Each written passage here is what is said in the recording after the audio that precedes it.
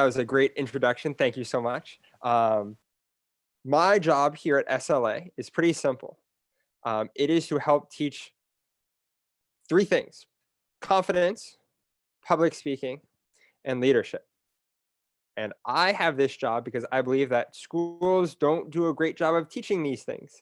There's a lot of assumptions made that teachers feel like students like yourselves will learn these things eventually on your own.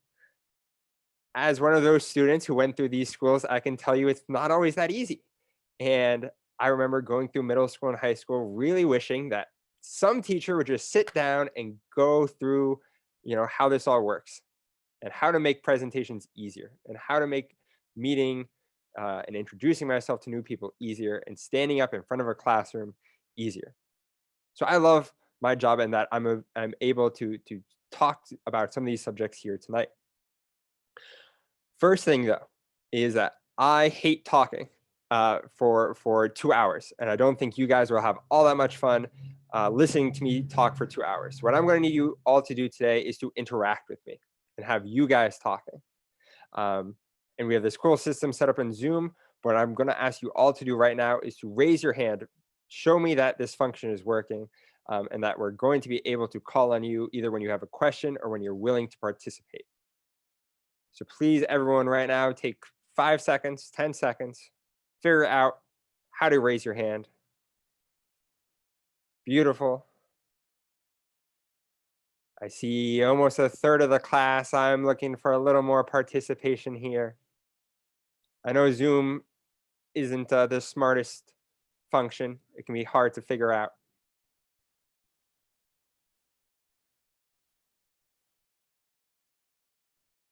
We're capping out around 10. Can we get it halfway at least? So along with the fact that I don't like talking for 2 hours straight, and you guys probably don't want to hear me talking for 2 hours straight, is we're going to have some breaks during this talk. And I aim for 2 or 3 breaks throughout. This is 3 or 4 minutes. It's going to give you a chance to go to the bathroom, grab a snack, grab some water, or walk around your apartment, whatever you have to do.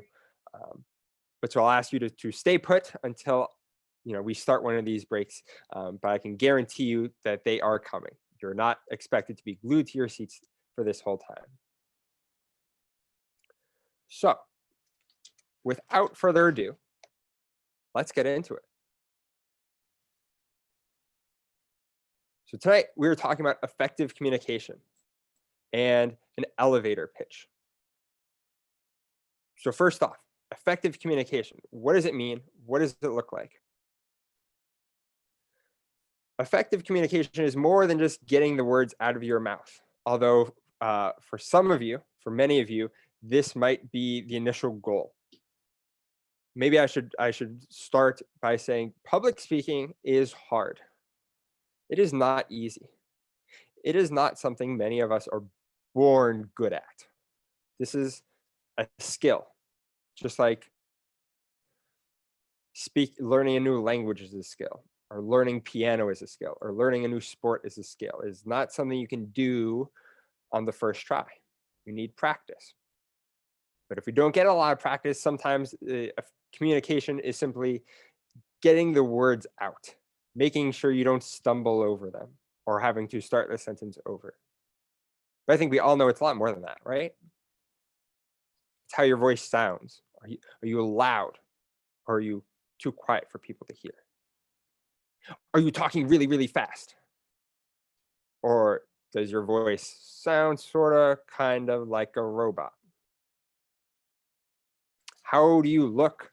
This is really tough. I've been working with students on this over Zoom, and they're standing up in front of their computers trying to mimic what it'd be like presenting to a panel of judges, or what it would look like to speak to an entire classroom. And on Zoom, it's not quite the same, I understand, but a lot of it translates, I think. And if you can practice standing in front of your computer, there's no reason why that practice doesn't translate over. Effective communication requires you to show emotion, a certain level of emotion. Or maybe you're trying to sound more like a robot, and so it is changing your voice to get rid of the emotion. And lastly, it's part of communication is being on the other side. It's listening to the speaker and being able to respond to the speaker. It's making people feel listened to and heard. If you've ever been in any sort of relationship requires effective communication.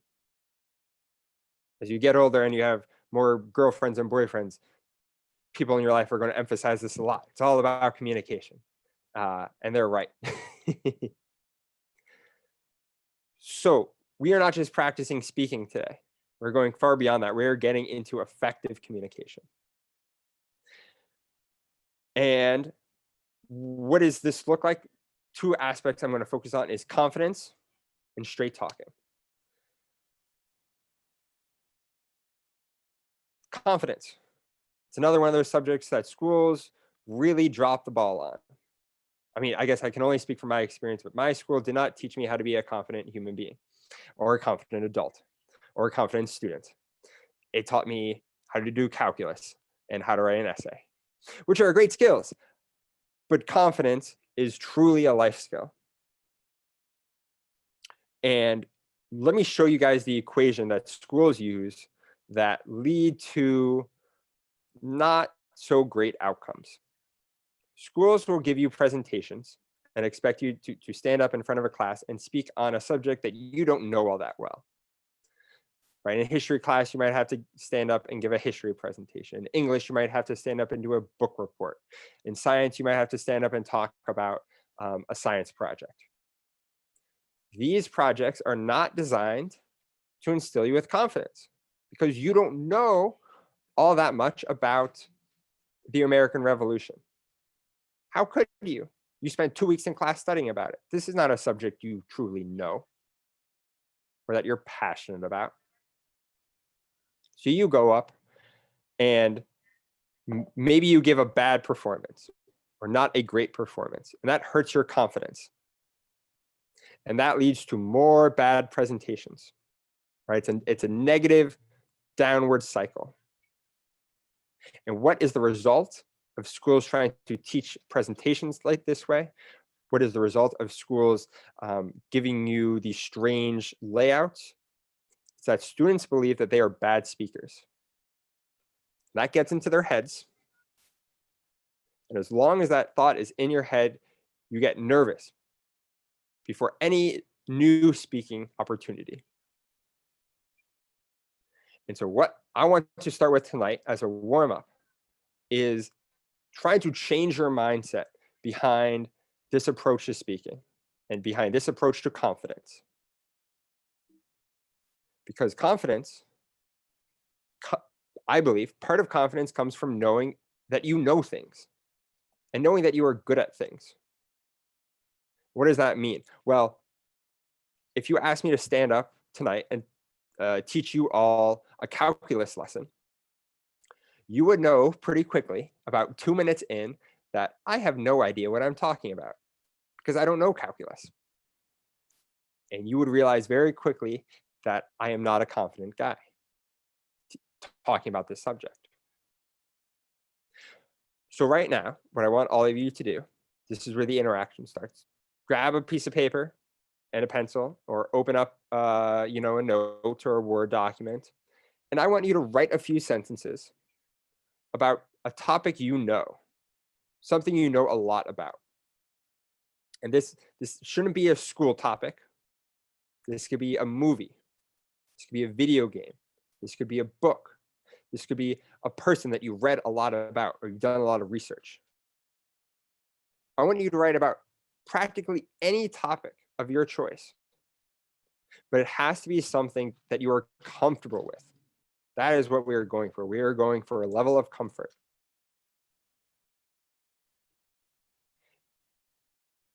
And when you write down this idea and just a few sentences about it, a few things you'd want to share, I want you to raise your hand.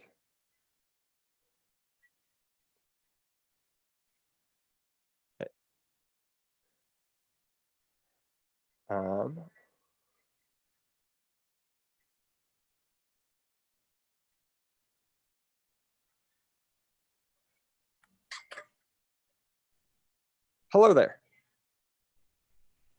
Hi. Hi. Can you tell us what is something you know a lot about? Well, I know a lot about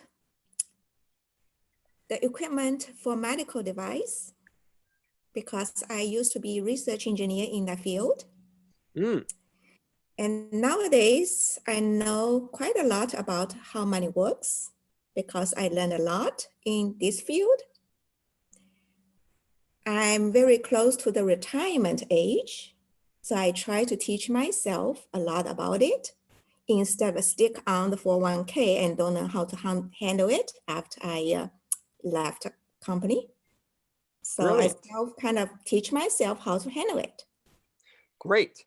And could you, I'm going to ask you to speak for just another 15 seconds. For about 15 seconds, one or two sentences. Tell us something you know with confidence, either about medical equipment or about money. Which one you select?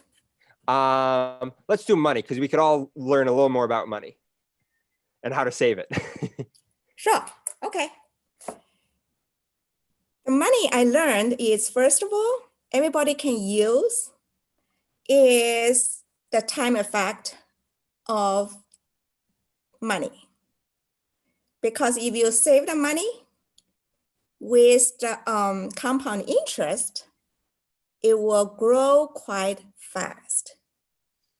So from that point of view, the earlier to save money, the more confident later on you will have saved net for yourself. That's Brilliant. one tip. That was a perfect example of what I was looking for. Thank you so much for sharing. Can someone else raise their hand and tell me something? I assume someone is going to tell me something totally different.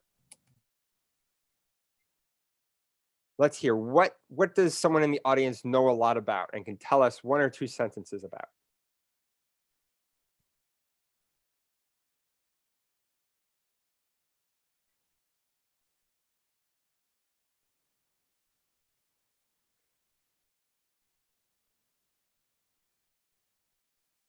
Let me give an example. Let me, I'm not going to ask you guys to share, but I'm going to ask you. Oh, we have someone raising their hand. Okay.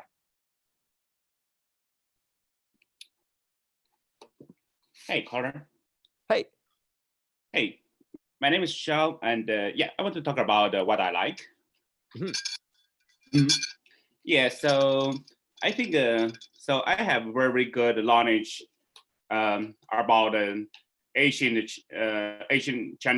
history, as I'm very interested at it, and I read a lot of books about it. So, as an evidence, I can name out all the Chinese dynasties. That's what I enjoy at my spare time. So I think I can talk about two sentences or something. Yeah, that would be great. Okay. Yeah, maybe I can talk about something that, let me see. Actually, I need to choose a more specific topic for these two sentences. Let me see what I want to talk about. Yeah, maybe I can talk about how the kind of like how our successful Chinese ruler or emperor treated their treated their citizens. As one of the very famous Chinese emperor ever talked that he treated his people as water, and he thinks that his people is the water, and he is the boat. So his people can either support him or either overthrow him. That's why he think he needed to treat his people well. That's one of the kind of two sentences I can think of right now. That is a great example. Thank you so much for sharing, Zhao. Oh, Can I get one more person share what their interest, something that they're comfortable with, something you do in your free time?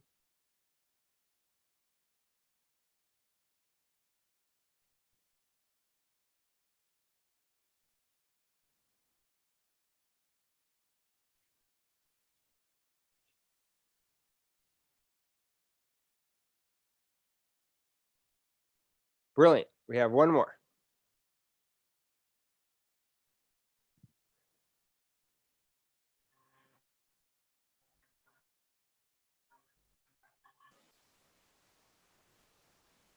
Hello? Hi. Hey. Hi, can you hear me? My Yes, name is Monica, and I would like to say something about vaccinations. Ooh. Mm, and I think immunization was one of the most important public health achievements of the 20th century. Vaccines prevent diseases and outbreaks such as mumps, measles, whooping cough, smallpox, and polio. In countries wealthy enough to adopt immunization programs, many vaccine-preventable diseases disappeared. And now our main concern is our vaccines for COVID-19. And yesterday, I received a piece of good news about the vaccine on COVID-19. That is from the Moderna company. I think maybe the vaccines of COVID-19 could be ready at the end of this year. Ooh, that is great news. Yes, and I think if we have the vaccines of COVID-19 would provide herd immunity to people who are most at risk. Because I think if we've got the vaccinations of COVID-19, not everyone could receive the vaccination. Only some of them, for example, doctors and salesmen at supermarkets. But although not everyone can receive the vaccinations, still vaccines could provide herd immunity. And it protects the people who are most at risk, including the elderly, pregnant women, unvaccinated adults, and the babies who are too young for vaccinations. Thank you for providing a great third example. Thank you all for sharing. You guys all touched on very different points to prove my broader point. And now I'm going to ask you all, with a show of hands, raise your hands if you like, how should I phrase this question? How many of you like meeting someone new for the first time? How many of you enjoy the feeling of meeting someone new for the first time?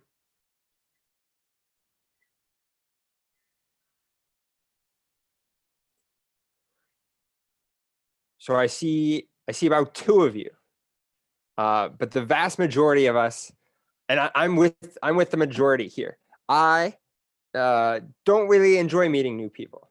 It does not come naturally to me. It is not easy for me. It is something I must force myself to do. Okay, you can put your hands down if Zoom will allow you. How many of you feel confident before speaking to a group of people that you are unfamiliar with? How many of you are comfortable speaking to a room of people that you don't know?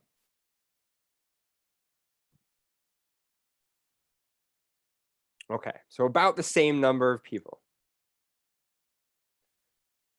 Now my final question. How many of you feel comfortable talking about something that you know? Something like saving money or Chinese history or vaccines? How many of you feel comfortable speaking about something that you spend your free time doing, that you researched a lot?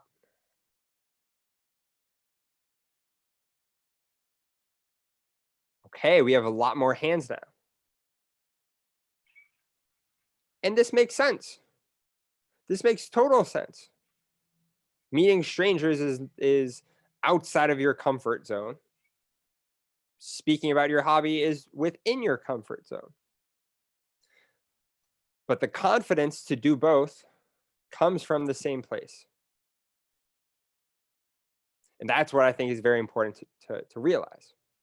is that the same voice you use to stand up and teach us about Chinese history is the same voice you need to stand up and speak, you know, in a business meeting or in an interview or whatever setting you might be in. Introducing yourself to someone new.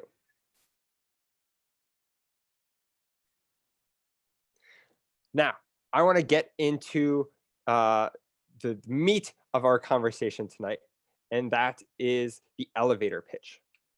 But before I put a definition on screen, I want to hear from you guys. If someone can try and define it for us. Can someone raise their hand and explain to us what the heck is an elevator pitch?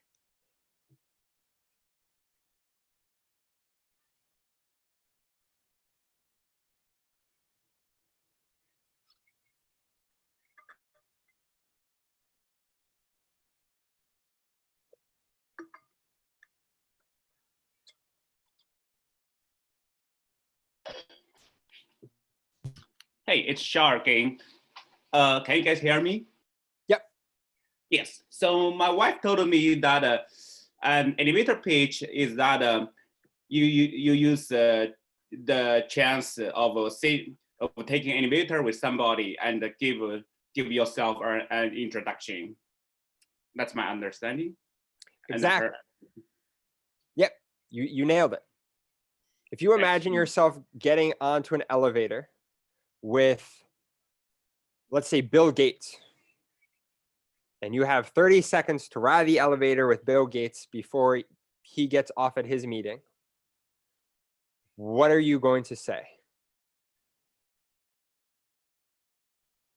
It's a very tough question. There's probably a lot you want to say to this very rich, famous, important man, but you don't have a lot of time to say it. The words are jumbling in your head. You're nervous. He doesn't know who you are. How do you give a good first impression? When I was a child, my parents told me, don't worry about first impressions. You're a very lovely boy. And when people begin to know you, you know, they will know you're a good boy. Unfortunately, my parents were only saying that to be kind because first impressions are very important. It looks like we have a question. Hey there. Hi. Hello. Hello. So you just make an example in a case that if I meet Bill Gates, for example, in the elevator, what should I ask him? Correct? Well, it can depend. Maybe you are so excited to see Bill Gates and you want to ask him a question. For example, I know Bill Gates is very fascinated with vaccines and vaccine work. So it would make sense, you know, perhaps you want to ask him about vaccines. But for those of us who, you know, see Bill Gates and think, oh my gosh, maybe he can get me a job, or maybe his daughter is single and I want her phone number. That's a good one. I will not ask this kind of thing, but to be honest, I do have imagined that long time ago, of course. If I meet him, I will ask some questions. The question is actually, he's really generous and do vaccination and water quality for a lot of poor people, specifically for African people. But on the other hand, as a resident of local community, I don't see the similar generous how to improve the environment of local community. I will ask if he can pay a little bit more attention for the local community so that we can get some benefit on that. That is a great point. And that actually leads me into, I hadn't thought of an elevator pitch like that, but it totally works and it applies 100%. So an elevator pitch is simply a brief, it's very short, persuasive speech that you use to spark an interest. And here on the screen, I say you use to spark an interest in what your organization does. But it doesn't just have to be your organization. It could be what you do, or what you think you could be doing with this person that you're meeting in the elevator. So one elevator pitch is, right, if we're picturing Bill Gates, it could be asking him for funds to improve your community, or a donation to a group who can improve your community. But remember, Bill Gates is a busy man. Bill Gates has a lot on his mind. He doesn't know you. You to Bill Gates, all of us in an elevator are just random strangers. How do we use our short time together to convince him of our goal? Perhaps, I'm sure Bill Gates, more than asking for money, people are asking for a job. So how do I convince Bill Gates to hire me? Or maybe not to hire me, but to give me an interview. How can I get my foot in the door to work at Microsoft or work out his foundation? These are things that we need to practice in advance. Because if you spend 10 seconds thinking and 5 seconds worrying, you only have 15 seconds to get your words out, and then he is off the elevator. So an elevator pitch is something that you should have pre-prepared. So it doesn't matter who you get in the elevator with, you will know what you're going to say. You're going to tell them who you are and why you should get what you want. So it is inherently persuasive. Your goal is to persuade them to do something.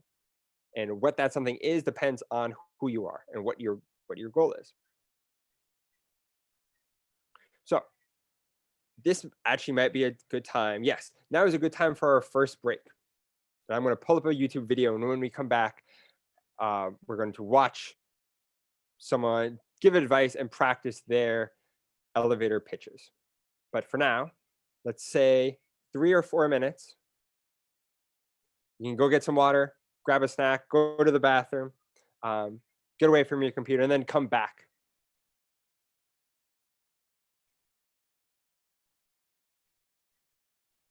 Now is also a good time for any questions.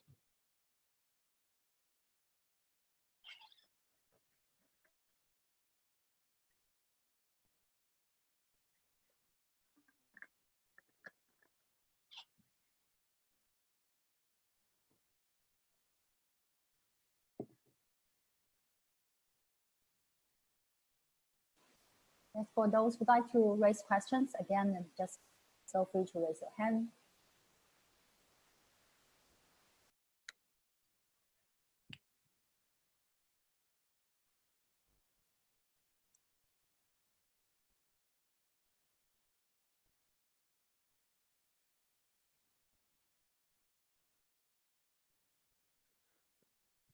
I'm going to grab some water. I'll be right back.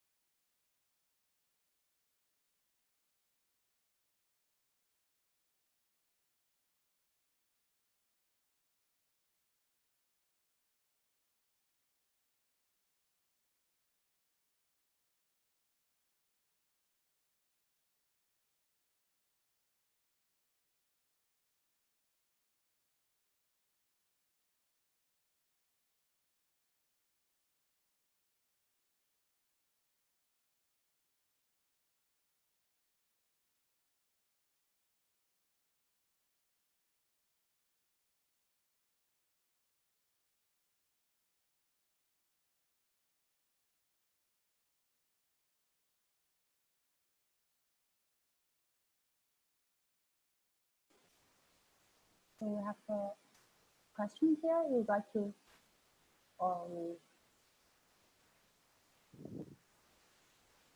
So I have a great question. And I hope they don't mind if I read it out loud and answer it. So an elevator pitch is really sell your purpose on the spot or raise the attention in order to get a future opportunity. That is a great question. And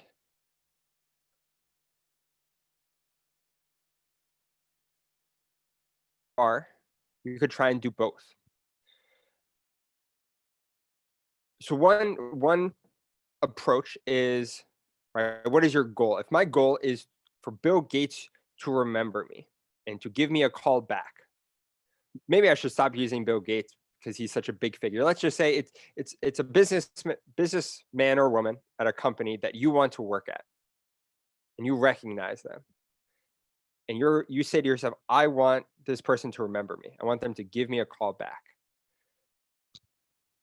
Your job in this elevator is to have them remember you and to take your business card and put it in their wallet and not throw it away when they get off the elevator, which is a very different goal than, I'm trying to sell my invention to this businessman in 30 seconds. So I want to say you just have to sell your purpose, but it's more than raising your attention. You're trying to both impress them and have them remember you and have a future opportunity to speak to them. I guess maybe that's the easy answer. You're seeking for a longer opportunity to speak. Great question. Sorry for the long, convoluted answer. Okay.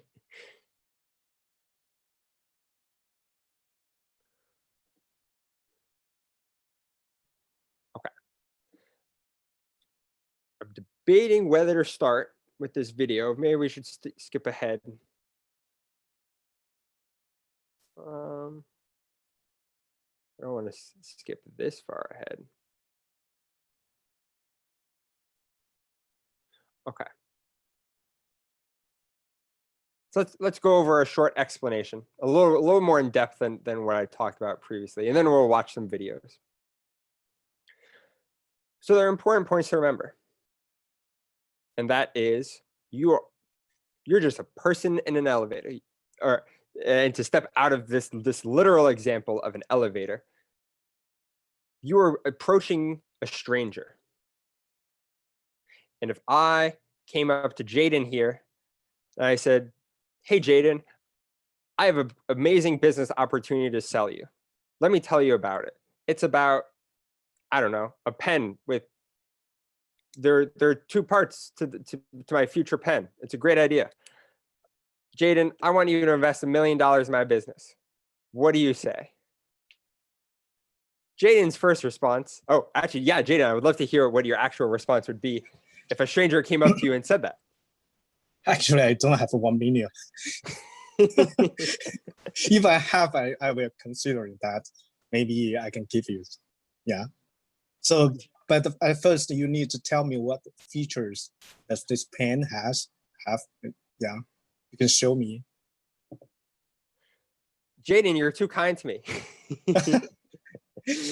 The first question I would ask is, I'm sorry, who are you? Why are you speaking to me? Do I know you? Or are you a stranger? And then I would say, oh, I'm so sorry. My name is Connor. This is my job. This is where I work. Maybe this is how I know you. And then Jaden goes, oh, okay. Now I know who you are. Now I can actually think about your weird pen idea. So remember to introduce yourself. It's something you don't want to overlook because it is very important, and it would be the question burning in the mind of this person you are meeting. Share your passions. This is great because when you're talking about business, in a lot of aspects, it can be hard. Even if you're a business person, it might not come naturally, right? Some people are just not that comfortable with numbers. Some people are not that comfortable if you're talking product design with design and engineering. People might not be great with just business management in general. So you're going to start your pitch after your introduction with what you're passionate about. Oh, and this is good, right? Because just like we started tonight, confidence comes from knowing your passions. Getting the subject. If you're asking Bill Gates for vaccine money, sorry, my internet. If you're asking Bill Gates for vaccine money, you should probably tell him why. Why do you care about vaccines? Because we know Bill Gates does, and we know he cares about computers. We know he shares these interests with us. So people identify with other people who share interest. It's just like kids on the playground. The kids who like soccer will find the other kids who like soccer and they'll go play soccer together.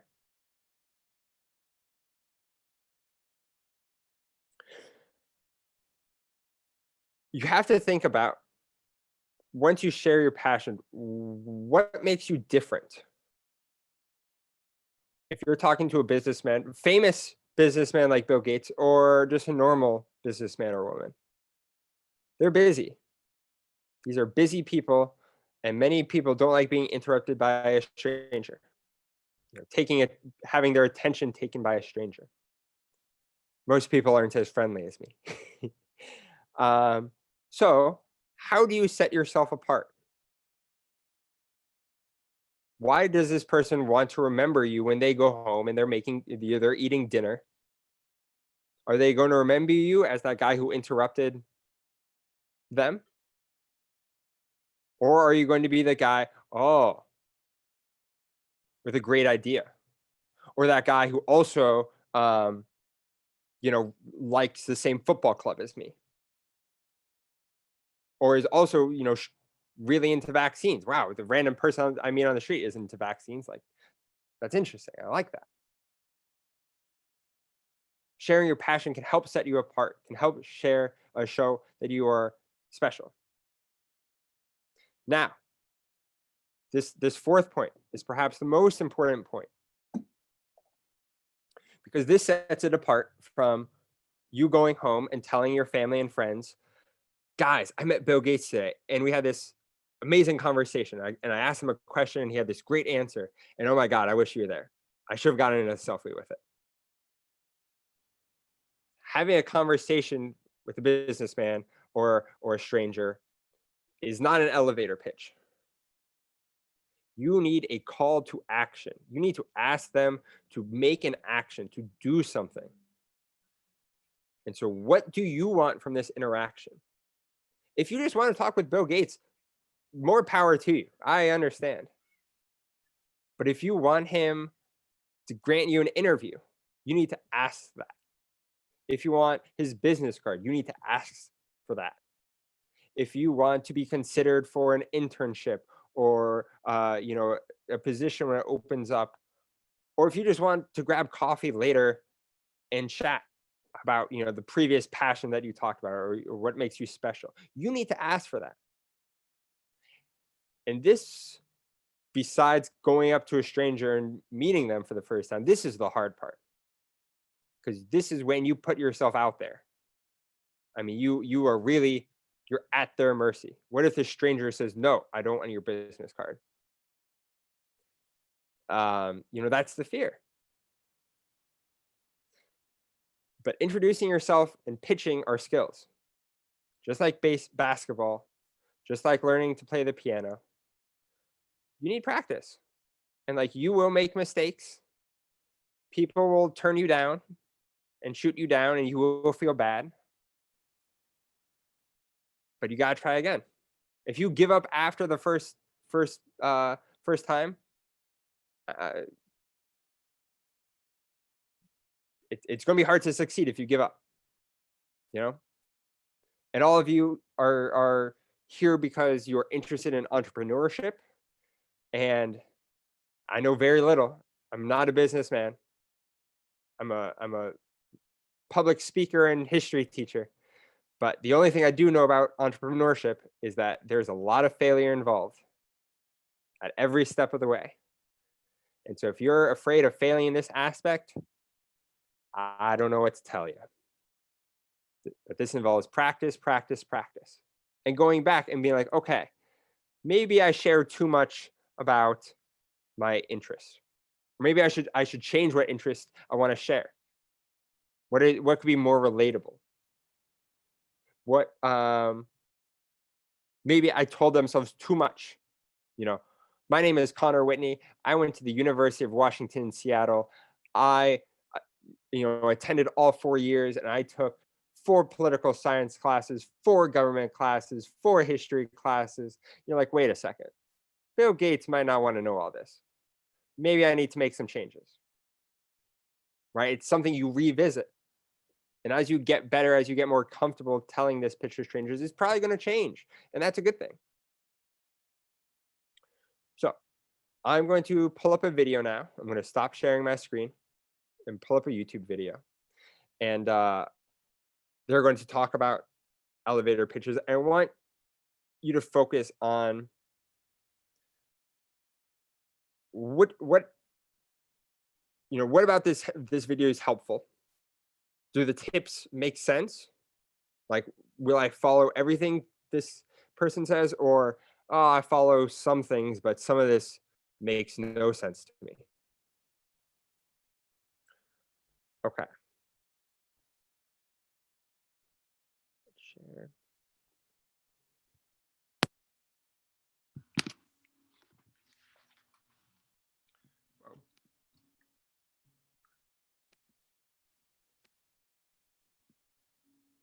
Okay, and I'm sorry if the internet connection gets wonky here. I know sometimes Zoom doesn't love to show YouTube videos, but it's only 5 minutes, so please bear with us. If the executive that you would love to work for, right? The executive that works at that company that you just love was literally in an elevator with you, what would you say? It's actually a great way to think about how to present yourself in a professional setting. So I'm going to give you the intern queen take on the elevator pitch. So in order to put together an elevator pitch, we need a couple pieces of information. We're going to write them here. So the first step is going to be, who are you, right? As silly as it sounds, you got to say your name. I'm Lauren Berger. It's so nice to meet you, right? You got to say it. So then you want to give them a little background. I'm Lauren Berger. I graduated from UCF and I'm a PR major. Okay. Now, depending on the situation, you might not be talking about college. If you meet someone years after college, you're probably going to talk about where you work right now. I'm Lauren Berger. I'm the community manager at a website called Intern Queen. And sometimes you need to give a little bit of extra context. So if you need to explain and provide context. So if you go to a school that, let's be real, no one's heard of, or if you work for a company where somebody may have not heard of it, you know what those companies are, you know what those schools are, make sure that you explain and you provide a little bit of context. I go to Southwestern University, which is located in Lakeland, Florida, and known for their PR program. And I'm gonna rely on you all to be the judge of if your story needs a little bit of context, okay? The next thing that you're gonna do is make the connection. A lot of times when people do an elevator pitch, they're literally just like talking to no one. And the reality is that whenever you're pitching, you're always talking to someone, whether it's literally someone in an elevator standing next to you, whether you're pitching your business to Shark Tank, or you're just pitching it to a professor or a classroom. So you want to make that connection factor right away. What are you trying to accomplish? Why do you want the person next to you to listen? Maybe you're a PR major and this is a big PR executive standing next to you.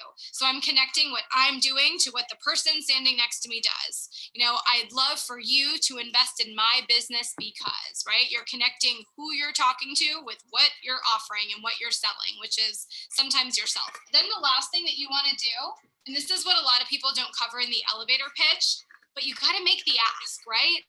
You got to make the ask. And this is the scary part because you're always putting yourself out there and you could be rejected. So I'm actually going to give you both steps. I'm going to say the ask, and then step 6 is going to be the closeout. A pet peeve that I have is a lot of students email me and they ask me for advice, but they're very unclear as to what I can actually help them with. So I'll get this big email with like, I am this, and this, thanks. And they sign their name. I don't know what to do with their email. So oftentimes I write them back and say, you know, hi Marisol, thanks for sharing. How can I help? Because I honestly don't know what they want from me. So I really encourage you to always think about the ask. For example, if you're in an elevator with someone and you want them to be your mentor, well, then let's ask them to be your mentor. If you're in the elevator with someone and you want to intern for them, let's ask for an internship. If you aren't sure what you want and you really just want to connect afterward and have a way to stay in touch, let's ask about that. So I think you have to make the ask and then you have to be ready for the closeout because typically you only have about 30 seconds and you're going to have to get out of there somehow, right? You want to always kill them with kindness, no matter what they say, and you want to close out in a very pleasant way. So let's go through all the steps real quick. So who are you? Hi, I'm Lauren Berger. Little bit of background. I graduated UCF and I was a PR major. Provide contacts. That's University of Central Florida, which is in the Orlando area. The connection. I know all about your company. I've read all about it. I know about all your clients and I am just such a fan, right? I made the connection. Now make the ask. You know, I am looking for an internship for next summer. I would love to connect with you and find out how to apply and get to the top of your list. The closeout. They say whatever they're going to say. Thank you so much. I'll certainly stay in touch. I'll make sure to email you right after this. So nice meeting you, right? So the who you are, the background, provide context, make the connection, make the ask, and the closeout.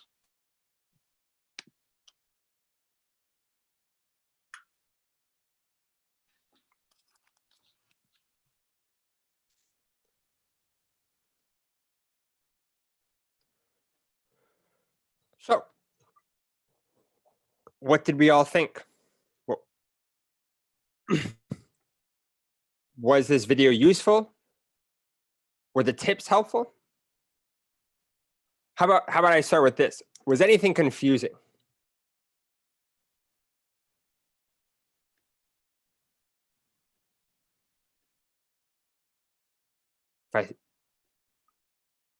Okay, yeah, we have one question or one thing.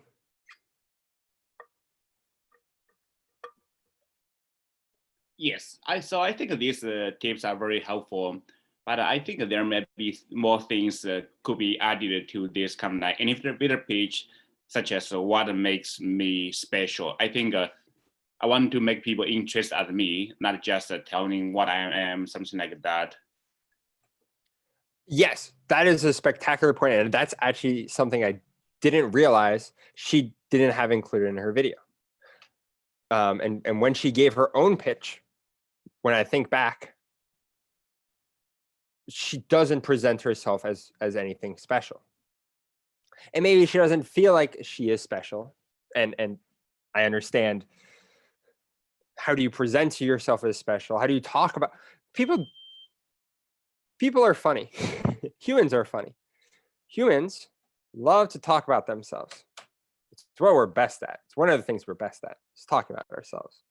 I'm sure you all know someone who you can get in a conversation, and once they get going, they can talk for an hour all about themselves.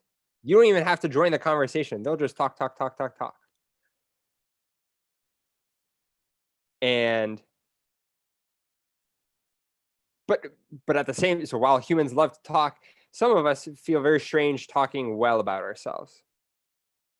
We're speaking highly of ourselves and speaking in a way that would make her seem, better than any other woman getting into that elevator and giving that pitch. But a big part of speaking, big part of elevator pitch, any sort of business pitch you give, is there needs to be a level of confidence.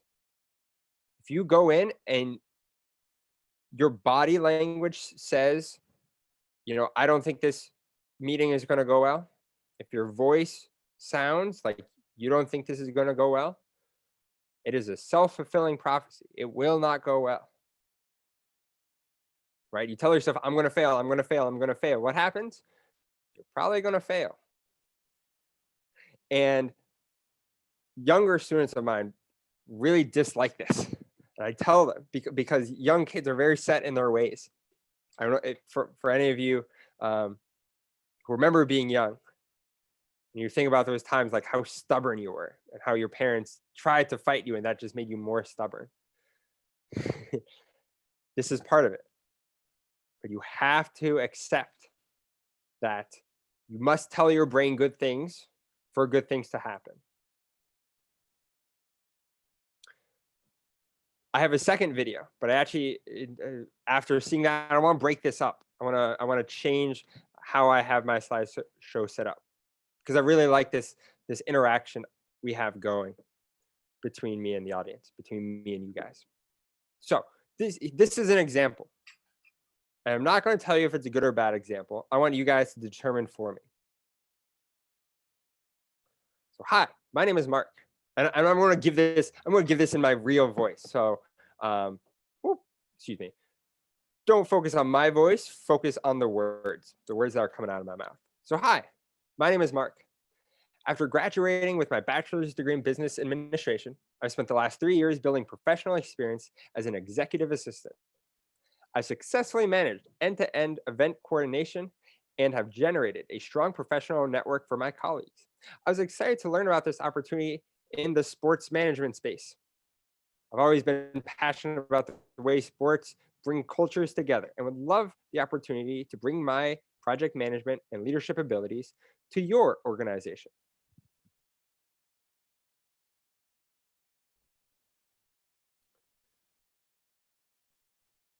What do we think? If a stranger came up to you, let's get rid of Bill Gates. Someone comes up to you and they give you this. What do we all think?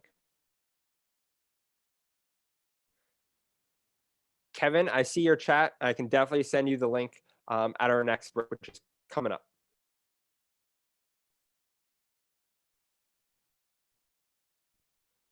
Okay, we have some nervous participants. Let me change the question. I want you to raise your hand if you think this is a weak pitch. Raise your hand if you would not be impressed by this person coming into your space, right? They walk up to you, they introduce themselves. Who thinks this is a weak pitch? I see 1, 2. Okay, 3. Okay, let's put our hands down and let's talk about this is a strong pitch. This is a good pitch. This is confident, formative, gets their point across. I know what this Mark man wants. And God darn it, I'm going to give it to him.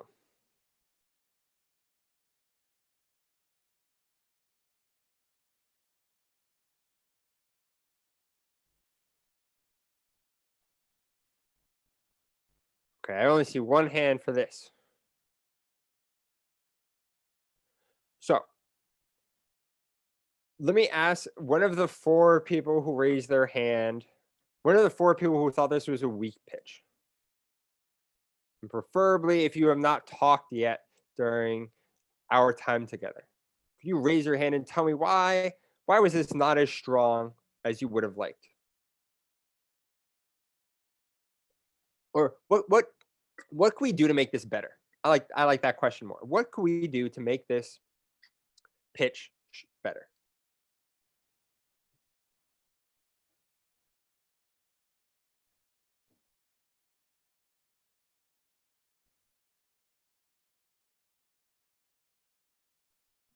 Hello there.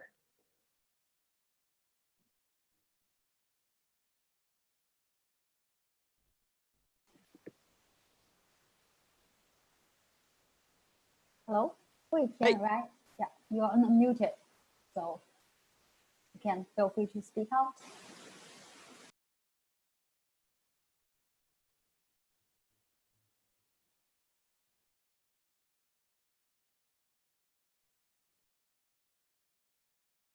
Ah, okay. No worries, Huitian.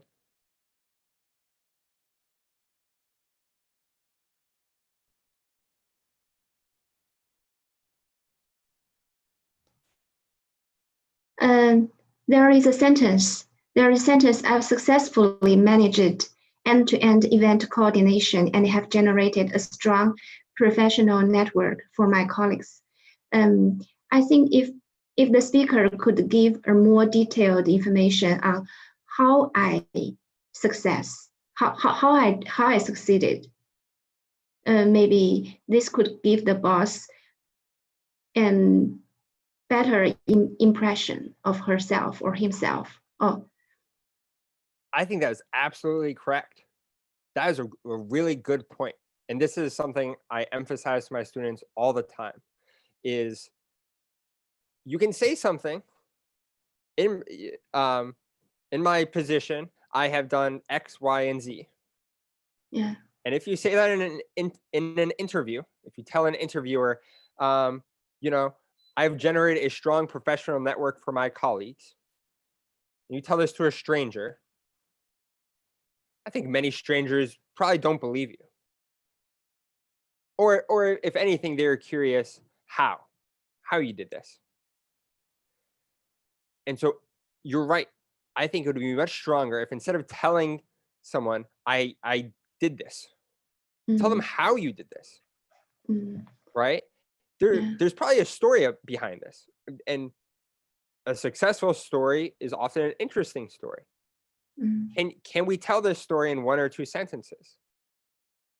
Can we show, because every person who wants a job like this, and it seems clear in this example that this person is going for a job. That is the ask.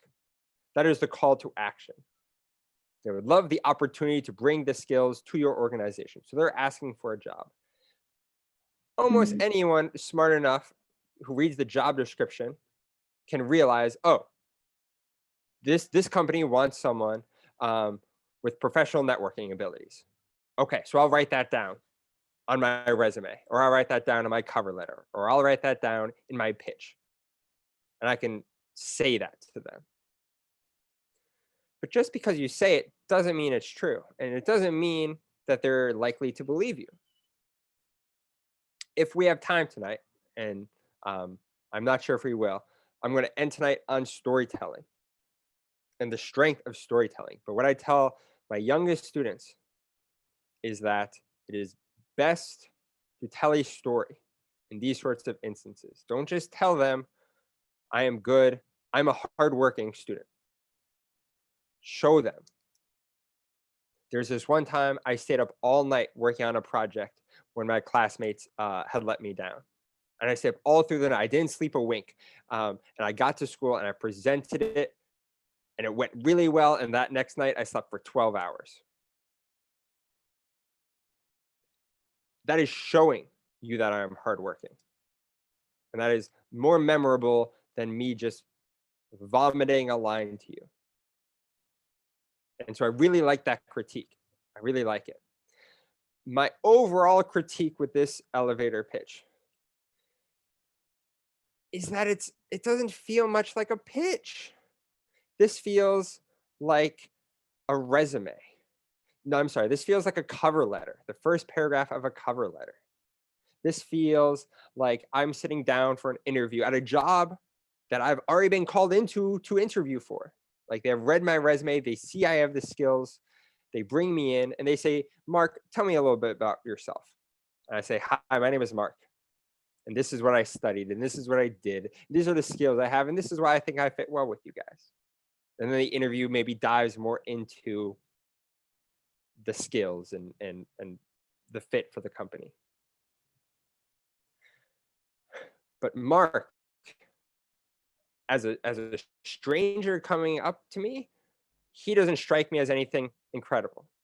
Mark isn't coming to me with any big ideas or showing real passion. I mean, he talks about passion, but he doesn't talk about it in a way that makes me believe that he's going for anything more than a job. And I think that's something you have to be careful about if part of your elevator pitch is looking for a job at the end of it. And that's not to say, like, if you want to make the goal of your elevator pitch an interview opportunity, great, that is good. I do not want to deride that. Like, that is a good and that is a fair goal. But the way Mark goes about it in this example, I think is not the best. So let's read one more. We'll take a break, then we'll watch a second video. So this context is a little different. They're seeking a mentor. So hi, I'm Molly. It is so nice to meet you. I'm a graphic designer at ABC, where I'm passionate about creating beautiful, intuitive designs for a variety of marketing collateral for our top tier clients. Before that, I got a master's in graphic design. And right now I'm looking for experience to learn more about career paths and ways to grow into assuming an art director role in the next few years. Your work with XYZ brand has inspired the ways I think about design. And I would love to talk more about a potential mentorship if that's something you have time for and would be interested in. So right off the bat, I see Molly as being passionate. And I honestly wish she had like just a dribble more of passion, just like, you know, if she could, and it's hard, again, I read that in 15 seconds. So she could have lengthened hers a little bit. Even if she said, my mother was in design and that's why I'm into design, or art saved my life, or, you know, you don't have to be that dramatic. Like, not everything can save your life, but if I just knew a little more personally, because clearly she's passionate. I'm so convinced that she's passionate that I want to know why she's passionate. I want to go the next step and make a connection with this Molly person. But she greets us and she says what she's passionate about. And she uses words, I guess her word choice isn't that strong. But like, what does she want? She's looking for experience. Okay, that's clear. It's clear what she wants. She wants to know about a potential membership. Okay, that the ask is clear. She's polite. If that's something you have time for. Not just time for, if you're interested in it.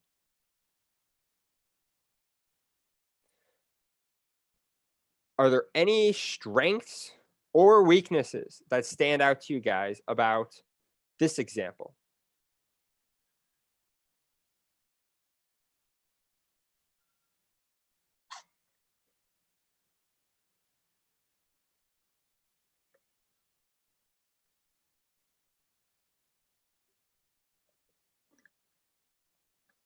Hello, Emily.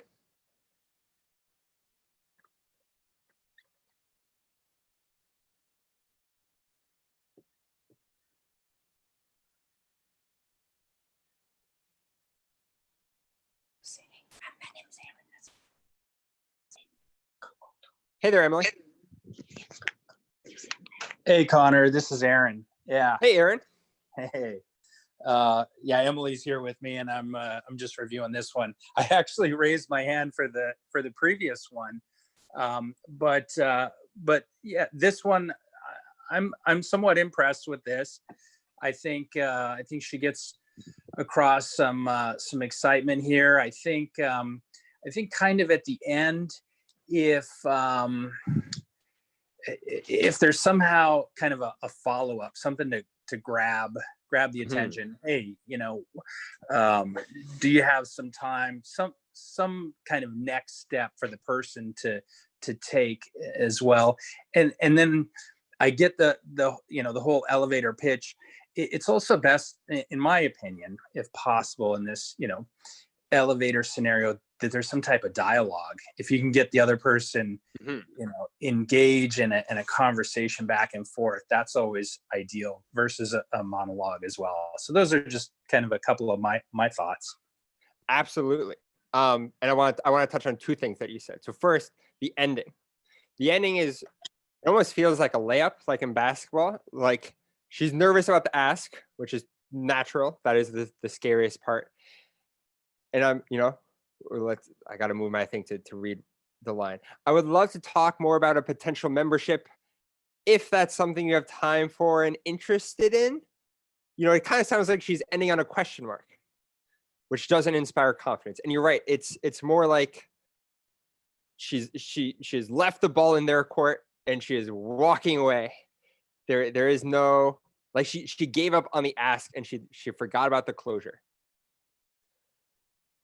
And then the second thing I wanted to build off of was the idea of a dialogue. And you're absolutely right. It is interesting that pitches are commonly talked about as a monologue. But you're right in that if someone came up to me and spoke to me for 45 seconds straight and I couldn't get a word in, I'd be like, oh my gosh, slow down. Like, what? Start over. And it goes back to another thing I said. The people love to talk, if not about themselves, then about their children or their dog or their video games. There's a famous story from, what is his name? One of the Rockefellers who wrote a book, 7 Ways to Influence People and Get Them to Like You. Very famous book. Great book if you haven't read it. It's like 150 pages. You guys could breeze through it. And he tells a story emphasizing the idea of people loving to talk about themselves. And he's at a dinner party and a woman asks him about, the last place he traveled to. And he's like, oh, my trip, it was pretty boring. Tell me about your last trip. And for this 2-hour dinner party, this woman just talks his ear off. He doesn't even try and get a word in. He's fine with it. Like, he's sitting back, he's having a great time. This woman next to him is chatting him up the whole time. And the dinner ends and everyone's ready to go. And he's getting his coat and he overhears the woman talking to her husband. And she says, oh, that Rockefeller, man, he is the best. He's a great man. And he thinks to himself, I didn't say a darn word. But she remembered him and she left with a great impression of him. And so I'm really glad, Aaron, that you brought up that point, because if you can find yourself in a situation where you are trying to impress someone and you're trying to leave a good impression, have them think positively of you, get them talking. Now, the problem with this is if I meet a stranger, I'm like, hey man, I'm Connor. So Aaron, like, what's up? What do you do? And I don't know, like, you're going through your day, you're going for a coffee, you have no interest in meeting me. Like, so sometimes that situation can be hard, right? It's all situational. If you're at a dinner party, that's an easy place to get someone talking. If you're on the way to coffee, probably not the time to meet a stranger. But you're absolutely right that the dialogue and getting the other person involved can be huge. And Aaron, one last thing before you meet yourself. What are your thoughts comparing, looking at the two of these? What similarities and contrasts stood out to you the most? I think that there's more kind of asks here and kind of more, how do you say, cranial kind of questions and things that get a conversation going. Okay. Great. Thank you so much for sharing. Guys, this is a good time for us to take our second break. So let's come back in 4 or 5 minutes. Do whatever you got to do. Run some laps around, run up and down the stairs, run around outside, whatever you want to do. If you have any questions, if you want to type it or ask it, now is a good time for that. I'm going to stop sharing for a second so I can pull up the next video.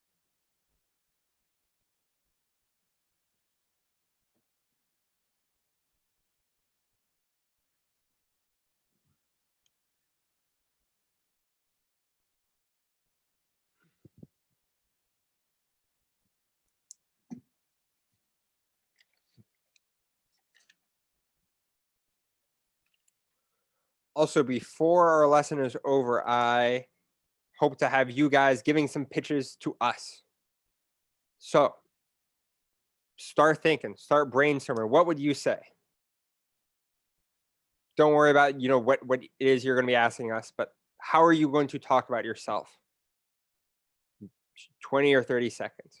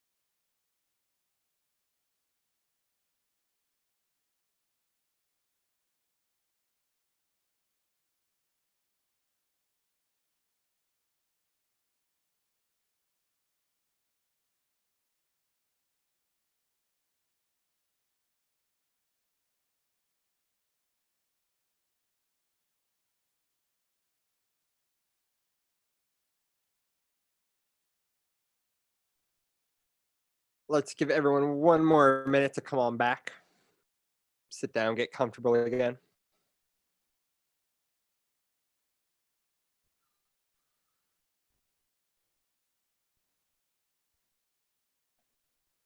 And for those of you who are still at your computers, one thing I think is great about pitching,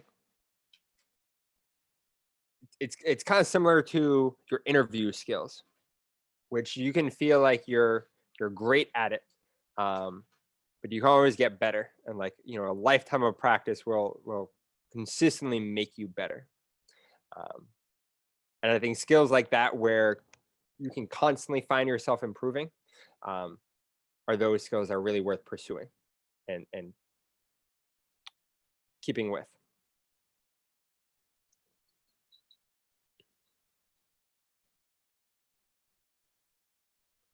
Okay, so this one, no more than 3 or 4 minutes.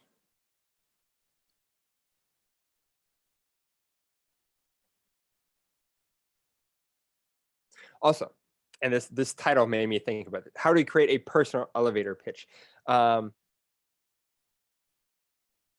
Guys, at the end of the day, I can't tell you how to best approach someone. This is like, you know yourselves better than me or any other presenter is going to. So if a presenter ever tells you, you need to stop and change everything you're doing, and change the way your personality works, change the way your body works, well, I have a bridge to sell you. Trust yourself. Trust your instincts. Meeting people, speaking, either interpersonally or in front of an audience, it's personal, right? And if you try to follow every word I say, you're going to sound like a robot, and it's going to freak people out, and it won't be as successful as you hope. So, and I think that's important to remember, that business is personal, speaking is personal, communication is extremely personal. Communication is like 100% personal.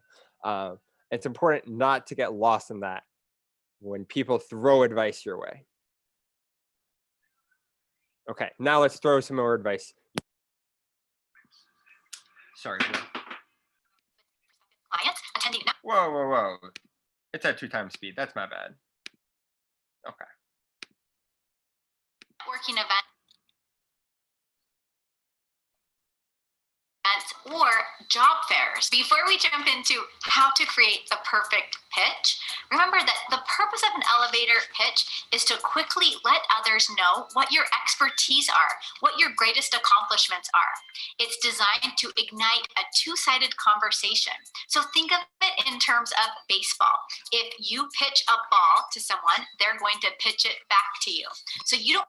I'm sorry, but that was a painful analogy. Because anyone who knows baseball knows there's only one pitcher. One does not pitch a ball back. Maybe she means two people are throwing a ball. That was a pet peeve when I found this video, and I just couldn't let it slide. But she also brought up a great point that Aaron brought up. This is a conversation. You're not aiming to talk their ear off. Okay, sorry for the interruption. I just couldn't stand that. Don't want to do all the rambling. You want to turn it into a two-sided conversation. So let's jump into it. Tip number 1, identify who you are and who you help. Start with a simple statement that quickly grabs the attention of the other person and piques their interest. Here's an example of how I would start my own elevator pitch.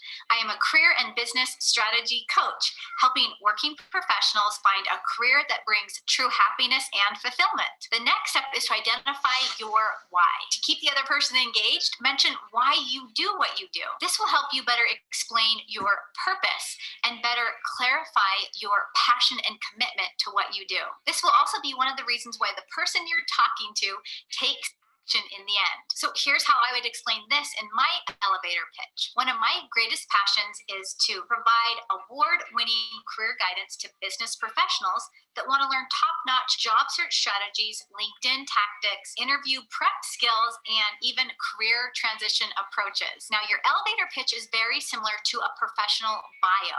To learn more about how to write a short professional bio, I created a video that will help you do just that. I'll go ahead and.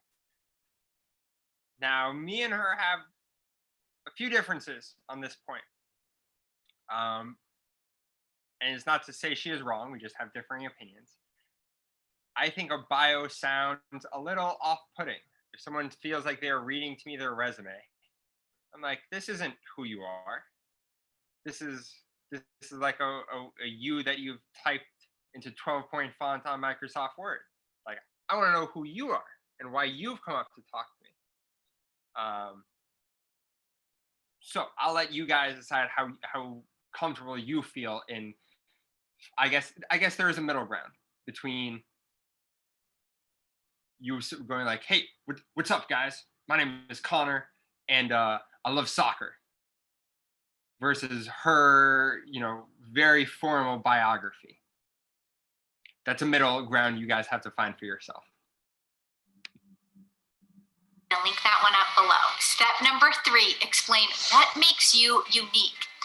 After you've mentioned who you are, who you help, and why you help them, you then want to talk about what makes you so special, what makes you different. An easy way to do this is to mention your greatest accomplishments. What are some of the largest problems you've solved or major contributions you've made? This will help keep the momentum going and will give you credibility. So here's how I would explain this in my elevator pitch.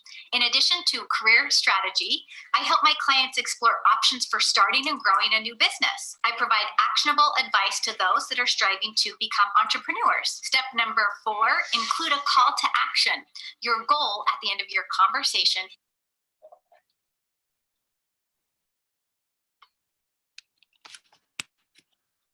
And then none of this is going to be new stuff at this point. Could I see a quick show of hands? Who here, raise your hand, please, if you have spent any amount of time living abroad, living outside of the United States.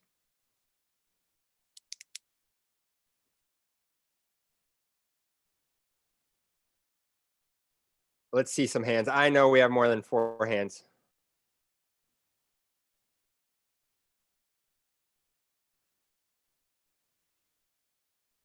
That's it. I really thought it'd be more. Okay.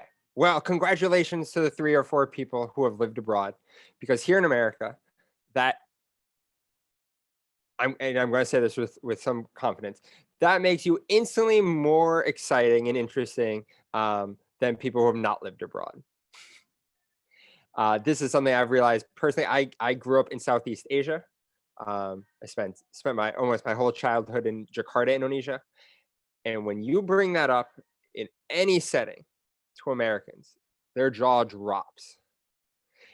And it's a conversation. And I'm not saying this to, like, I'm not trying to impress you. I don't say it to impress people in my life, but I'm using it as an example of people are interested in interesting people, and living abroad is inherently interesting.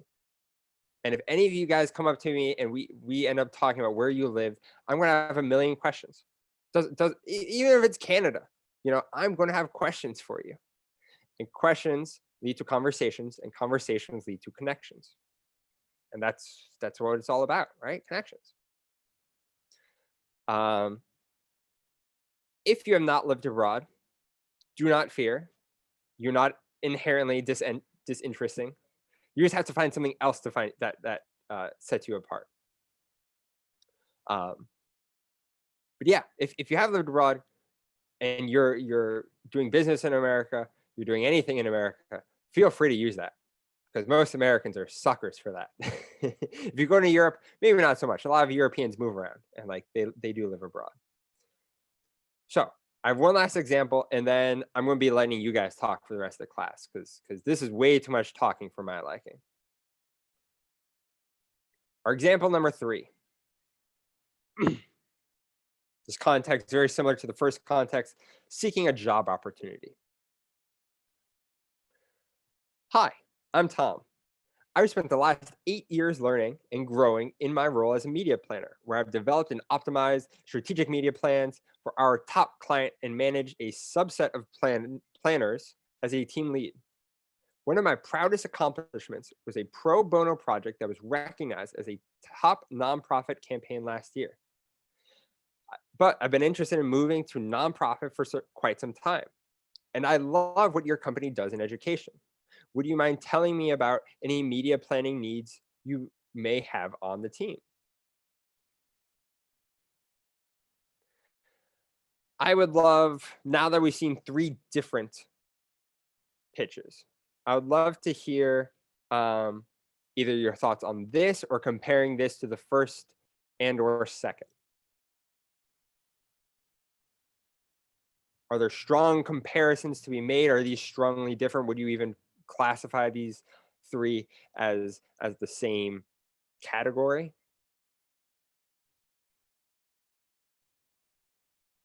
I'm looking at a lot of people who haven't spoken up, and I can't imagine you enjoy my voice this much. It is very hard to believe. Please, someone, end the suffering of your 25 participants. Raise your voice.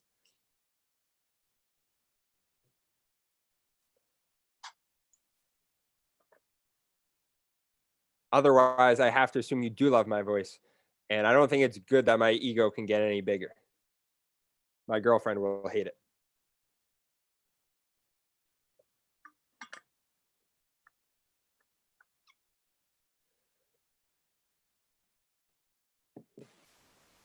Maybe we give Hui Tian another try because he or she didn't manage to speak out earlier.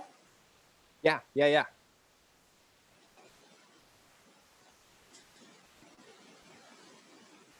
Hui Tian, let us know if you can, because I already got you unmuted.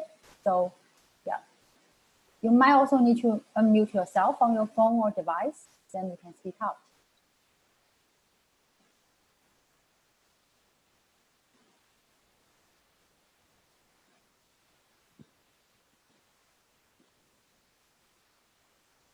Don't think that's working. Oh, she's. Oh, okay. Does not have the speaker. Unlucky. Okay. Yeah, feel free to leave the question or comments in the chat box. Yeah. I'm not trying to pressure anyone to speak into a microphone who doesn't want to. But what I wanted is your thoughts. So feel free to type in chat. Oh, we have Emily.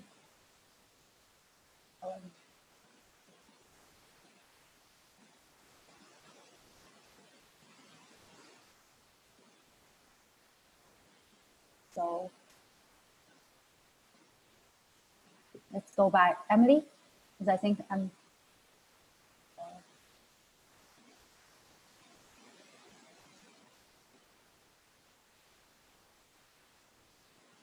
Hey, can you hear me now? Perfect. Oh, Sarah. All right, great. Hey, thanks for unmuting. Oh, 1 second. We got 2 devices here. We're running out with our phone. You're all good. Thank you. Perfect. So I like this example in the sense that it ends with a question for, like I mentioned previously, that engagement. Mm-hmm. Can you tell me about any media planning needs you may have on the team? So then it really flips it back over to them, first providing a short background of why, who Tom is, what he's been doing, what he wants to do, what he's interested in, and then boom, flips it back right over. I think, I think that's the key is quickly get your message across very briefly, and then flip it over to them to like you said, Connor, put them in the spotlight, have them provide their, what they're looking for. So that's the feeling I get from this. I think you're right. And I mean, if we compare this to other situations and to other asks, some ask, if it is unsuccessful, can lead to more brutal results. Like, I was wondering if you have a job in your department open for someone like me. A rejection, just a no, and that would be pretty devastating, right? I mean, that's like, no, we have no jobs for you. Oof. Well, I guess that's the end of our conversation. No, then you say why. Let's keep it going. Why don't you have any jobs? What are you looking for? Hit him up with some humor. I like that. And hopefully the guy will be kind enough and play it off and not be a jerk about it. But this question sets it up in a way where, tell me about this. It lets the person talk. Like, we've established that people like to talk. It doesn't give them an easy rejection. It would be weird if the response of this person was just no. I'm not going to tell you about this. And really the worst case scenario is that you don't quite get what you want out of this conversation, this meeting, but you do learn a little bit more. Right? Tell me about any media planning needs you may have on the team. Now, maybe there isn't a position available on the team, but maybe he'll say, look, we have nothing now, but we have some projects coming down the pipeline. and we might have a need for, I'm trying to think of something a little different than a media planner. You know, we might have something opening up in a few months. Okay, great. Now you have more knowledge than you did before you talked to this person. There's no openings now. I'm not going to spend the time sending an application. But I will spend the time in the future looking for an application. Maybe I can get them to give even a little more, like what are these future like, can you tell me about a potential project? And then you get, the more information you have is the more information you can use in the future. If you have a chance to meet this person again, if you submit a job application, the knowledge you gain either about the position or about what they're going to need, or even the ethics of the company. Maybe not ethics. You know, the style of the company, what they're like. That is useful information. Heck, even if you end up meeting, right, if this is at Amazon and you end up at Google and you're talking to someone at Google and be like, oh yeah, I met a guy from Amazon and this is what he told me about the culture. This is what I learned about the culture. That is information that you pick up from this example or this interaction, this dialogue, that you can use elsewhere. And so I like this because of that question, because of the question he poses, it forces a dialogue, and any dialogue is going to be useful or more useful than nothing. I also, I was kind of caught off guard reading it. My proudest achievement was charity work. And like, I did so well on this work that it got recognized. Now, maybe I'm just a sucker for sad stories, but like, that sets this guy apart. It'd be one thing if he said, I spent all this time and effort on a work project that they were paying me for, and I did really well. Like, okay, you're a good employee. You know, that's I can recognize that. But this guy goes out of his way to do something for free, and he did so well that it was recognized for the work he did. I don't know. To me, that was something small, but it's something he's proud of, and it's an achievement, and it makes sense that he put it in the pitch. Thank you, Aaron.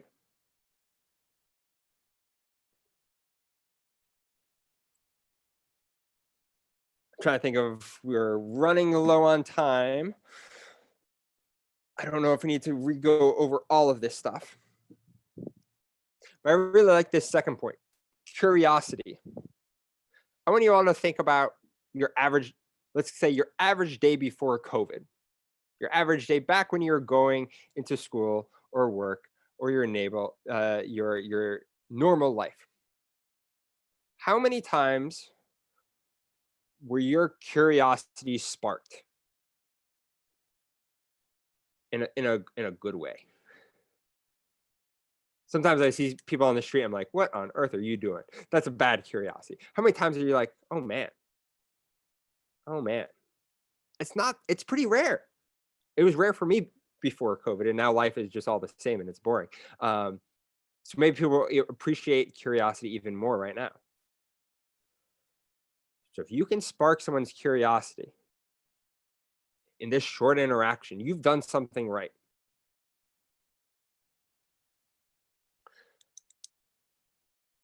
We've talked about summarizing what we can do. We talked about, be ready for whatever, if you want to give them your business card, make sure you have a business card on you. More simple stuff. Be ready for questions. This is a point I love emphasizing with students.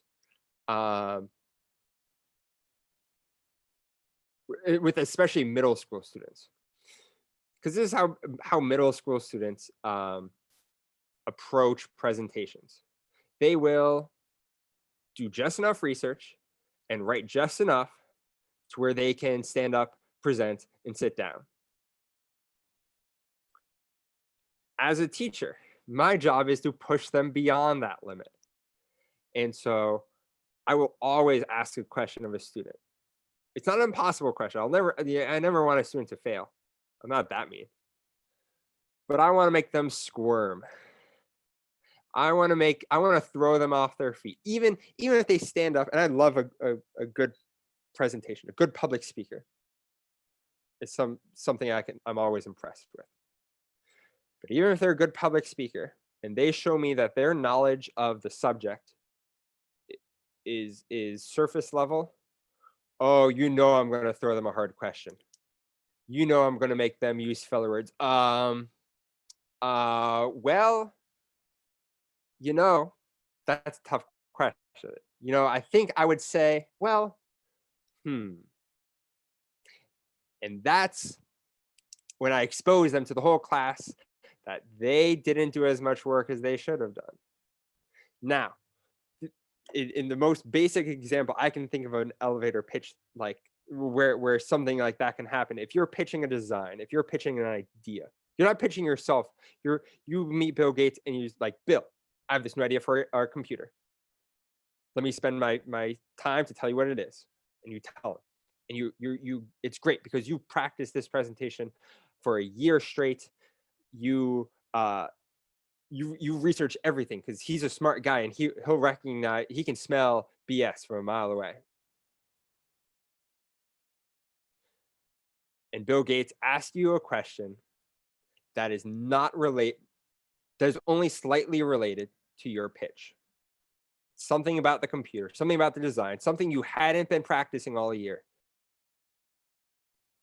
And you're left with,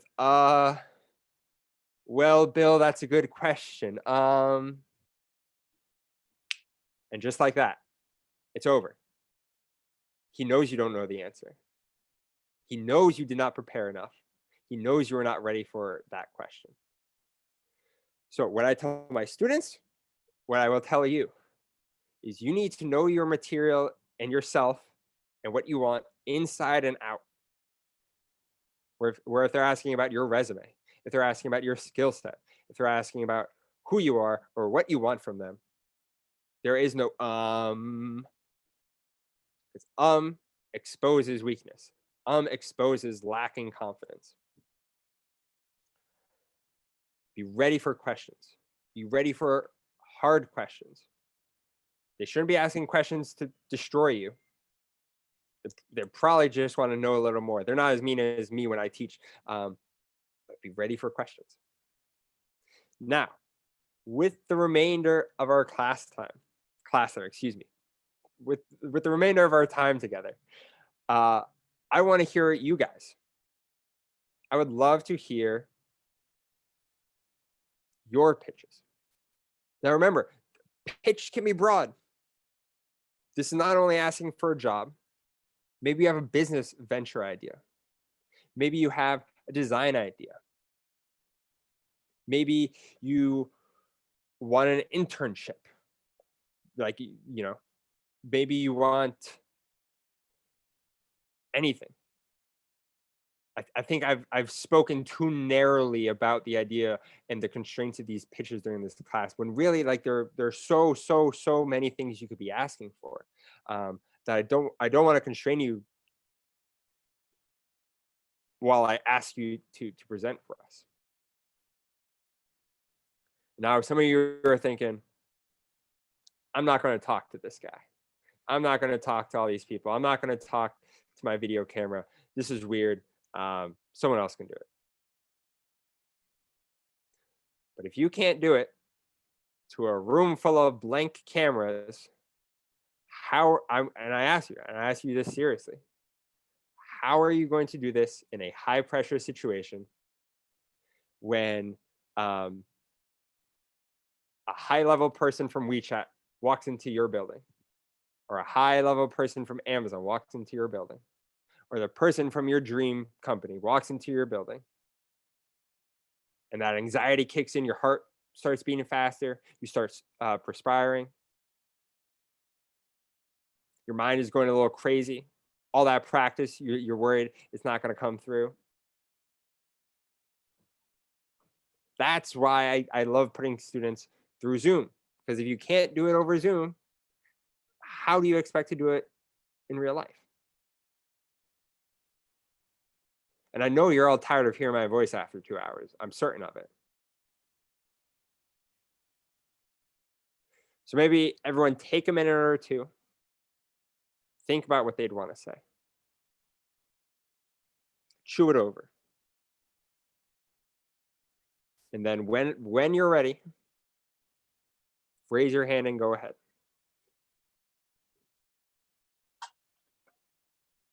30 seconds. That's all we ask. Heck, even 20 seconds.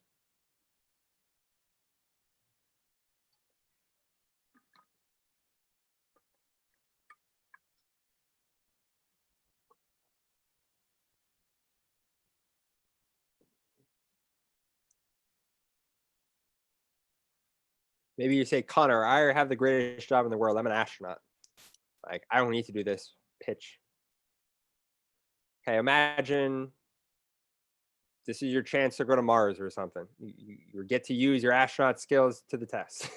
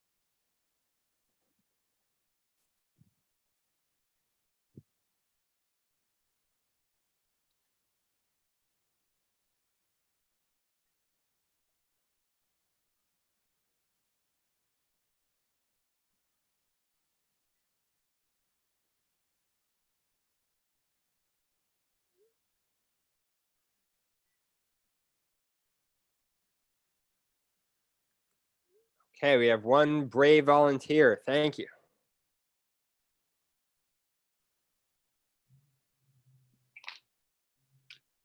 Hey. Hey. Can I start? Whenever you're ready. Okay. Hey, Connor. It's so nice to meet you. My name is Sean, and I'm helping my friend's company to attract teaching talents to his company to make his company the greatest educational company in Shenzhen of China. So we have right now we have attracted more than hundreds of global talents to this company to help our students grow. So would you be interested in helping students in China with their public speaking skills and also living a very interesting broad life? Yeah, that's a very interesting pitch. I'm very intrigued by the idea of helping students in China, and it is certainly something I would consider. Do you have a business card you could share with me? Yes, here's my business card, and also here's some information about my friend's company. So you even have information on it. Brilliant. Well, I will certainly be in touch with you. All right. Thank you so much. Mm-hmm. Very nicely done. You greeted me. You let me know who you were and why you were talking with me. You set yourself apart. What's the goal? We're going to be the greatest in Asia. Oh, that got my attention. You're not just trying to be like some school helping kids. Anyone can do that. You have a high bar. I don't have a lot of. I'm a very young guy, if you guys can't tell, and I don't have nearly as much experience as many of you in the business world. And so I know confidence or overconfidence can be a double-edged sword. We want to be the best. I am the best. I will be the best employee you ever have. But so when it comes to balancing confidence being overconfidence, that's a line you guys have to find for yourselves. But I like confidence. Confidence is something I teach, and I love to see when people bring it on to me. So that was great. Thank you for being brave enough to speak first, Zhao. Thank you too.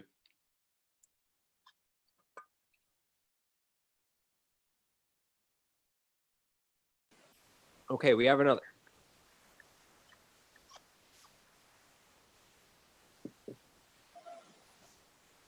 Hi, Connor. Hello.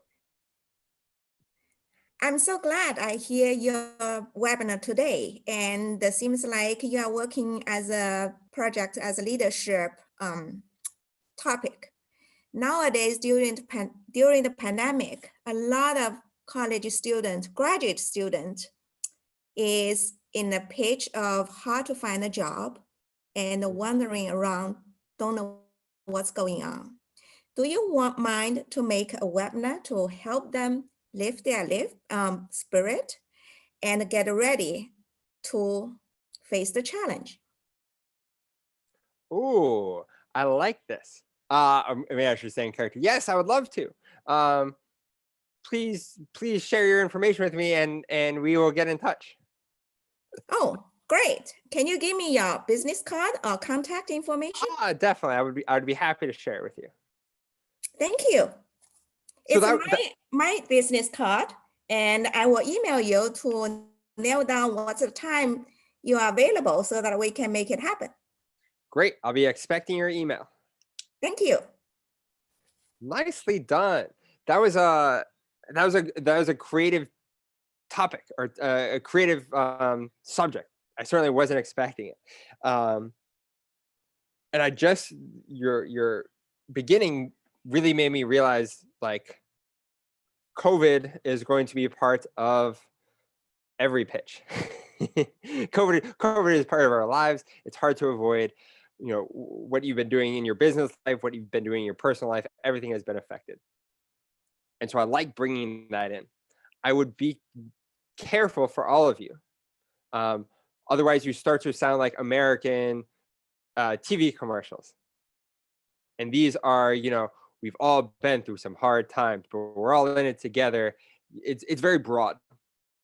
And so if it doesn't matter if you're one of these young recent college graduates, but you can certainly imagine what it's like to be a recent college graduate right now. It's scary. It's hard. You're not motivated. It is best to try and tap into this feeling, right? Make a story or a narrative. That's the word, a narrative for these young people, because I'm going through COVID and, like, I don't need this service. But if you paint me a picture, and painting pictures are hard with 2 or 3 sentences, but paint me a picture of, oh my gosh, wait, she's right. There's a big market, or a big, if I'm not trying to make money off this could benefit a lot of people. A lot of young people need help right now. And you know, dang, she really made me think about that. I'm going to remember this conversation. So narrative, emotion, especially with COVID, because everyone knows COVID, but everyone feels about it a different way. And depending on where you are in life, it's impacting you differently. Thank you for sharing. We are just about out of time. If anyone has any questions, is this a good time to ask for any concluding questions?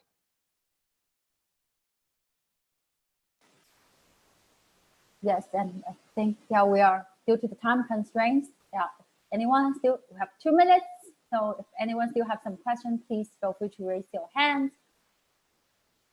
Whether it's about pitching, confidence, leadership, speaking, how I do my hair in the morning, anything you want.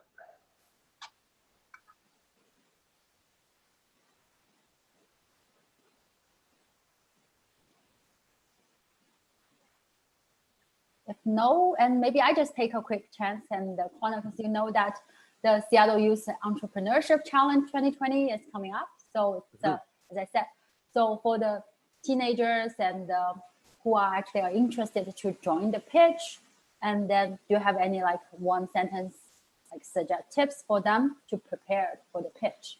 That is a great idea. And we also have a great question. Tips for Zoom presentation. Unfortunately, life right now is over Zoom. My tips are to practice. And what that means is you stand up in front of your camera. You push your chair away so your hands aren't on the table, your hands aren't on the chairs. That is the biggest mistake I see from students. You feel casual because you're in your bedroom or your living room. Casual Calm is good. Casual, not so good. Right? So, you know, even if you are forced to be sitting down and you're trying to wear a suit top with sweatpants, or you're just wearing underwear, don't do that. Put on the full suit. You'll feel more confident. Some people really struggle with speaking to a crowd, speaking to a judge, speaking to a stranger. Zoom, for those people, can make things easier. So ask yourself, am I one of those people? Am I actually at an advantage because I am over Zoom? And a lot of my anxieties are relieved. And take advantage of that. That's a great question. Tips for Zoom presentations and Zoom pitches. Okay, I think, yeah, so. Okay, thank you, Yeah. everyone. I'm super excited that I had a chance to speak to you all tonight. I really like the work SEC does. If you're interested at all about speaking or leadership, or you know how entrepreneurship and these things intertwine, please check out Seattle Leadership Academy. They're doing some really cool work as well. And I'm really glad we had a chance to do this tonight. Yeah, also great. And thank you, everyone. And especially thank you, Connor. And we really appreciate you being here tonight with us, and also share so many useful information. I think all the audience and participants are well received. Once again, and for all the audience and participants, and warmly welcome you to participate our upcoming Youth Entrepreneur Challenge 2020. And so, yeah, see you next time, and have a wonderful weekend. Yeah, happy weekend, everyone. Thank you, Connor. Thank you. Thank you. Thank you. Good night. Good night.